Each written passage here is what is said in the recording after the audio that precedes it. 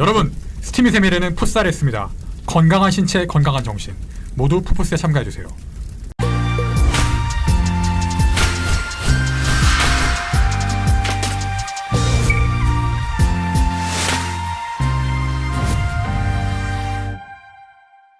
자, 이번 시간에는 암호화폐 내재 가치에 대해서 한번 이야기해 보겠습니다.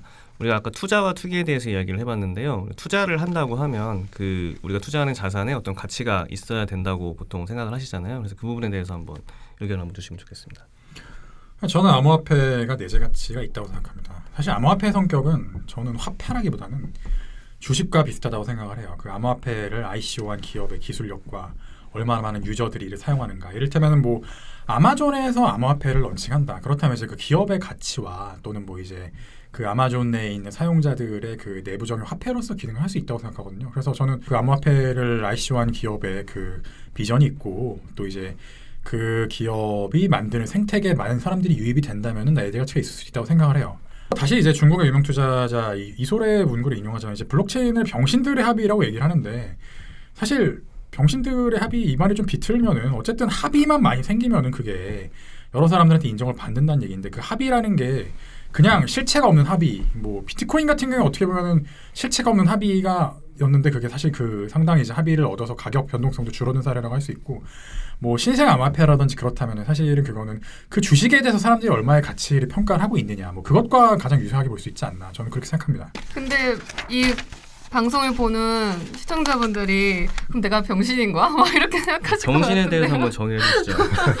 나 병신인 거야? 막 이러면 가뜩이나 지금 기분 안 좋은데 사람은 원래 제가 이제 일본 소설가 나스메 소세키의 격언을 되게 좋아하는데 사람은 깨달은 듯 싶어도 땅에 두 발 닫고 사는 짐승이라는 얘기가 있어요. 뭐 요즘 표현대로 하자면 사람은 쿨한 척하고 똑똑한 척해도 사실 일개 짐승에 불과하다고 생각하는데 뭐 병신이라는 표현을 쓰는 거는 여러분들은 병신이고 저는 아닙니다 이런 게 아니라 뭐 저도 병신이고 사람이란 존재 자체가 굉장히 비이성적이고 이제 행동 경제학을 봐도 알겠지만 합리적으로 행동하지 않아요. 근데 이제 그런 사람들의 어쩌면 대중의 관계라는 게 모이게 되면 사실은 어떤 사회적인 혁신을 또 만들기도 하는 거거든요. IT 버블도 마찬가지죠. IT 버블 그때 다 사기라고 했지만 결국 그 사람들의 광기라는 게 결국은 하나의 결과를 만들었잖아요. 저는 이제 암호화폐에 있어서도 그렇게 될 여지가 있다고 봅니다. 분명히 암호화폐가 훨씬 더 편리한 면도 있고 또 아까 말씀하신 것처럼 물론 이제 주식을 IPO할 만한 역량이 없는 기업들이 암호화폐를 결국 ICO를 한다고 말씀하셨지만 뭐 사실 처음부터 역량이 있는가 없는가는 모두 판단할 수 있는 게 아니거든요. 빌 게이츠나 뭐 아니면은 뭐 스티븐 잡스가 차고나 이런 데서 개발할 때 누가 이제 그거로 역량이 있다고 생각하겠어요. 분명히 빌 게이츠나 스티븐 잡스도 그때 그 런칭을 했다면 주식이 아니라 ICO를 했을 거예요. 저는 그런 점에서 ICO 기반으로 한 어떤 프로그램도 물론 지금까지 대배 결과물이 형편없지만 뭔가 나올 수 있다고 생각하는 거고 그 이제 주식으로서의 가치로서 암호화폐 내재 가치를 가질 수 있다 이렇게 생각하는 거죠. 그런데 저는 사실 암호화폐 쪽에서는 뭐 다른 코인들은 잘 모르겠고 스팀잇을 좀 활동을 했었기 때문에 스팀잇은 좀 가치가 계속 유지가 될 거라고 생각을 했거든요. 그러니까 이렇게까지 변동이 있을 거라고 생각을 안 했고 또 이제 유입된 유저분들도 보면은 정말 뭐 작가나 뭐 또는 뭐 디자이너 되게 많은 그런 업계에서 전문가이신 분들이 다 들어오셨기 때문에 되게 퀄리티가 유저분들도 너무 높고 떨어질 거라고 생각을 안 했는데 거의 5분의 1 토막이 났잖아요. 그래서 저는 생태계가 이렇게 구축이 되더라도 떨어질 수 있는 게 아닐까. 이게 생태계가 구축이 된다라는 게 중요한 것인가? 라는 생각도 들거든요. 암호화폐가 내재 가치가 있다는 것과 주식으로 봐야 된다는 건 이제 하나의 가설인데 그때 스팀잇의 여러 뭐 투자자들, 그다음에 이제 벤처 사업가들, 그다음에 이제 작가나 만화가 이런 분들 들어오면서 원래 이제 작가나 만화를 들어오는 뭐 이런 커뮤니티 이런 걸 보면 이제 그 안에 있는 그 교환권 이런 게 다 화폐 가치를 가지게 되잖아요. 이제 그런 의미에서 오히려 스팀이 오를 거라고 생각했는데 오히려 스팀은 유저들이 그렇게 막 유입되면서 막 떨어졌거든요. 그래서 그런 점이 위험할 수는 있지만 근데 아마존도 사실은 처음에 이제 상승하고 떨어질 때 그 프로젝트를 보여준 게 있었는데 그 프로젝트가 괜찮았음에도 불구하고 떨어진 적이 있어요. 그건 마이크로소프트도 마찬가지고 이제 그런 점에서 저는 스팀잇이 그때 생태계를 어느 정도 구축했지만 충분히 그걸 구축하기 전에 암호화폐 부분이 꺼졌기 때문에 사실은 운이 나빠서 이제 마치 IT 버블이 꺼졌을 때 좋은 IT 기술을 가진 기업들의 그 주식도 막 폭락을 한 것처럼 사실 일시적으로 스팀잇의 가치가 떨어졌다고 생각을 하고, 물론 이제 그 회복될지는 모르겠어요. 왜냐면 지금은 더 이상 스팀잇에 이제 양질의 컨텐츠가 유입되지 않기 때문에 이게 다시 살지 안 살지는 모르겠지만, 사실 그때 이제 스팀잇의 생태계가 어느 정도 구축이 된 상황에도 불구하고 암호화폐가 떨어졌다는 것과 이제 암호화폐가 생태계가 구축이 됐음에도 불구하고 내재 가치가 있다고 볼 수 없다라는 이야기는 좀 다르다고 보는 거죠. 네. 결국에 근데 스팀잇이 어떤 내재 가치를 떠나서 코인 가격이라는 게 전체적으로 다 같이 연동하잖아요. 그래서 비트코인이 떨어지면 혼자서 스팀잇만 뭐 혼자 남아가지고 이렇게 가치를 유지한다든가 그러기가 지금 힘든 구조 아닌가요? 이제 그게 되려면은 사실 스팀잇이 뭐 아마존까지는 아니어도 싸이월드나 네이버 블로그 정도의 크기라도 돼야죠. 그게 된다면은 하락장에서 스팀은 전혀 다른 행보를 보일 수 있겠지만, 사실 지금 스팀 한국의 실제 유저가 몇천 명이 안 돼요. 고인물이죠, 고인물. 네, 고인물이고. 그러니까 저는 좀 안타까운 거예요. 수많은 사기가 있었음에도 불구하고 이게 조금 암호화폐 상승세를 1, 2년만 더 지켜봤으면 그 안에서 이제 르네상스 백과장명이 이제 탄생했을 수 있다고 보거든요. 근데 그게 탄생할 가능성 싹을 사실은 너무 잘라버린 게 아닌가 그런 생각이 드는 거죠. 양정화 변리사님도 예전에 스팀잇을 해보셨다고 하셨는데 네. 지금 말한 것처럼 뭐 네이버나 싸이월드급의 이런 SNS가 될 수 있었지 않았을까요? 어떻게 생각하세요? 저도 될 수 있었는데 이제 암호화폐 붐이 꺼지면서 그 스팀잇의 유저들도 다 함께 빠져나간 거 아닌가 이런 생각을 하고 있고, 또 하나 중요한 게 스팀잇이 글을 쓰면 이제 보상을 따봉을 눌러가지고 보상을 받는 구조라서 이제 글을 써도 너가 돈을 벌 수 있다 이런 구조잖아요. 근데 최근에 이제 유튜브나 그런 시스템을 보면은 유튜브도 사실 동영상을 올리면 돈을 벌 수 있는 구조가 됐거든요. 그래서 일반적인 그러니까 스팀잇은 탈중앙화 시스템에서 나름대로 보상 구조를 명확히 한 그런 아주 좋은 D앱 선례이긴 한데, 이제 그게 또 중앙화된 유튜브 같은 어떤 시스템을 이길 수 있느냐 이런 것도 좀 지켜봐야 되지 않을까. 저는 개인적으로 유튜브의 성공 요인 중에 하나가 뭐 여러 가지가 있지만 어뷰징에 대한 그 통제가 굉장히 강하잖아요. 스팀잇 같은 경우는 그런 게 가능한가요? 그러니까 어뷰징에 대한 어떤 막을 수 있는 방법, 정책 이런 게 있나요? 완전히 자율에 맡기고 있죠. 이제 그게 사실은 스팀잇과 유튜브의 큰 차이 중 하나고, 과연 탈중앙화라는 게 가능한가? 역사적으로 중앙화된 걸 벗어나서 그러니까 자체적으로 뭔가 해보려는 시도가 무수히 많았지만 사실은 결국 우리는 모든 거에서 다 통제된 제도권 안에서 살고 있지 않습니까? 그러니까 제가 이제 말한 그 자체적인 생태계를 구축하면서 내재 가치를 가지게 된다라는 거는 오히려 중앙화된 암호화폐 본질은 반할지 모르겠지만 그게 더 가치일 수 있지 않나. 그래서 제가 리플을 샀던 것도 사실은 중앙화된 암호화폐이기 때문에 오히려 더 경쟁력이 있을 것이야 이렇게 생각하는 분도 없진 않아요. 대부분 사람들은 탈중앙화에 관심이 없어요. 뭐 탈중앙화에 관심이 있는 거는 탈중앙화가 어쩌고저쩌고 뭐 뒤에 가면 그럴듯해 보이니까 그래 내가 산 코인이 몇 년 뒤에 몇 배가 되겠지 이 생각으로 산 거지, 사실 사람들은 돈이 오른다면 중앙화든 탈중앙화든 아무 관심이 없어요. 사실 그게 현실이기도 합니다.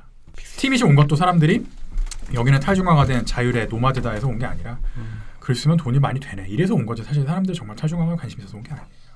처음에 스팀잇을 접했을 때 뭐 굉장히 이렇게 좋은 시스템이 있는데 왜 잘 안 되지? 라는 생각을 했었거든요. 근데 조금 들어가 보니까 이게 문제가 좀 구조적인 문제가 있는 것 같아요. 제 생각에는 이게 블록체인 기반이잖아요. 그래서 내가 글을 한번 쓰면 그걸 나중에 수정하거나 삭제를 하더라도 계속 기록이 남아있는 거 아닌가요? 그렇죠. 네. 그러면 그거 자체가 굉장히 리스크가 될 수 있고 글을 쓰는 사람들에게 있어서 좀 내가 쉽게 접근하거나 남기기에 좀 무서운 그런 측면이 있거든요. 그런 것들 때문에 유저가 유입이 안 되는 게 아닌가. 정말 전문가들, 내가 이 글을 쓰는데 이 글은 완벽해. 왜냐하면 내가 전문가. 이런 사람들만 글을 쓰고 그렇지 않은 사람들, 평범한 사람들은 글을 쓸 수 없으니까 이게 뭐 양질의 콘텐츠가 뭐 쌓이긴 하지만 커지지가 않는 거죠. 유튜브처럼 누구나 이렇게 남길 수가 없는 그런 구조가 아닌가요? 저는 그렇게 생각이 들거든요. 어떻게 생각하세요? 그렇게 단점도 있지만 네. 장점도 있을 수 있는 게, 최근에 뭐 정부에서 어떤 정치적인 글을 올리면 그게 가짜 뉴스라는 명목하에 그 차단을 하거나 그러려는 시도들이 있잖아요. 그랬을 때 그런 스팀잇에 만약에 내가 뭔가 어떤 주장을 한다 이랬을 때 그게 설령 가짜 뉴스라 할지라도 그 사람 생각은 난 이렇다라는 주장을 할 수 있는 플랫폼이 이제 스팀잇은 될 수 있죠. 왜냐하면 블록체인에 기록되기 때문에 삭제는 할 수 없으니까. 그런 비용으로서 스팀이 또 가치를 가질 수 있는 거죠. 왜냐하면 저는 암호화폐의 그런 1차적 가치를 DB 유지 비용이라고 생각해요. 데이터베이스를 그 모든 노드들이 그러니까 스팀 같은 경우에 21명의 증인들이 유지해주는 비용을 그 코인으로 이제 지불하는 개념으로서 이제 1차적으로서는 그런 가치를 지닌다고 생각합니다.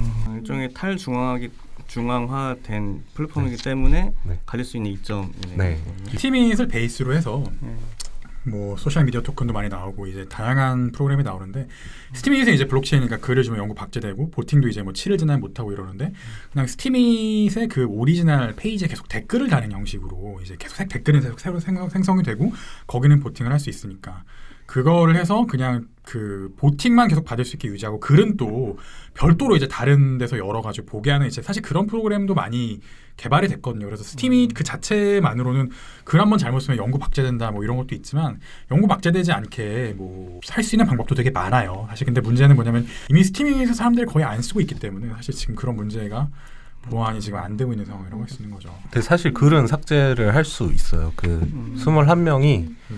이제 동일해서 우리 맞아요. DB에서 그냥 삭제를 하자 이렇게 동일해서 이건 지울게 하면은 뭐 되긴 하는데 사실 그렇게 하면 또 이제 그 중앙화되는 디포스의 거죠. 단점이 또 나타나는 거죠. 아. 그러니까 계속 이제 지금 블록체인 이쪽 시스템이 좀 더 많이 발전을 해야 될 것 같습니다. 제 생각. 여러분 스팀잇의 미래는 풋살에 있습니다. 건강한 신체, 건강한 정신 모두 풋풋스에 참가해주세요. 모두의 마음이 담긴 이 공을 우리들의 꿈이여 공의 실력 골대를 향해 날아올라라. 무슨 말씀이세요? 아, 농담이고요. 뭐, 운동을 하는 동호회가 있는데 이제 참여를 독려하기 위해서 한 얘기고. 네, 스팀잇의 미래는 사실 순전한 가설일지 모르겠지만 다양한 콘텐츠 창작자들이 앞으로 유입되는데 그 미래가 있다고 할 수 있지 않을까. 그 버닝이라는 영화에 스티브 위언이 한 유명한 대사가 있는데 좀 건방지게 들리지만 사실 지금 시대가 노는 거랑 일하는 거랑 구분이 딱 되는 시대가 아니에요. 이미 노동의 가치라는 게 많이 떨어졌고 유튜브도 그렇고 얼마나 잘 노느냐가 사실은 얼마나 부가가치를 창출하느냐의 문제로 될 수도 있는데 스팀잇의 이제 가능성을 봤던 게 그때 이제 스팀 달러가 높았을 때 정말 기성의 베스트셀러 작가들뿐만이 아니라 정말 다양한 만화가들, 디자이너들, 뭐 화가들, 수많은 예술가들이 바글바글하게 아주 모였었거든요. 뭐 그런 분들이 모여가지고 이제 하나의 주제를 가지고 토론하고 막 이러는데 그게 사실은 어떻게 보면은 이제 우리가 사회에서 어떤 문제가 있을 때 그거 토론하지 않잖아요. 근데 스팀은 어떤 토론을 해서 그 글을 가지고 다른 사람들의 주목을 받아서 보팅을 받는 게 이익이 되다 보니까 어떤 부분에서 건설적인 토론도 하게 되고 새로운 콘텐츠도 창작하게 되고 사람들끼리 모여서 사업 아이템도 이야기하게 되고 저는 이제 거기서 어떤 가능성을 봤던 거죠. 스팀잇이랑 그 뮤직코인이라는 거랑 컨셉이 좀 비슷할 수도 있는데 원래 어떤 컨텐츠 크리에이터가 컨텐츠를 창작하면은 그 사람한테 돌아가는 인세나 이거 8%밖에 안 되거든요. 수많은 이제 이윤을 가운데서 창출하는 구조가 되죠. 근데 그게 이제 창작자와 소비자가 다이렉트로 연결이 된다면 사실은 그 안에는 모든 유통 마진이 사라지면서 그 유통 마진이 사라진 것 분량만큼이 스팀에 반영이 되는 게 아닌가. 그래서 저는 그게 스팀을 올릴 수밖에 없는 가격이라고 봤어요. 즉 원래는 내가 한 권을 팔면 10,000원을 받아야 되는 만화가가 중간 단계 때문에 1,000원을 받는데 이게 다이렉트가 되게 된다면은 사실 그 만화가가 10,000원을 받는 구조가 돼야 되고 그렇다면 스팀도 이런 걸 반영해서 올라야 되지 않나. 이게 이제 제 생각이었던 거죠.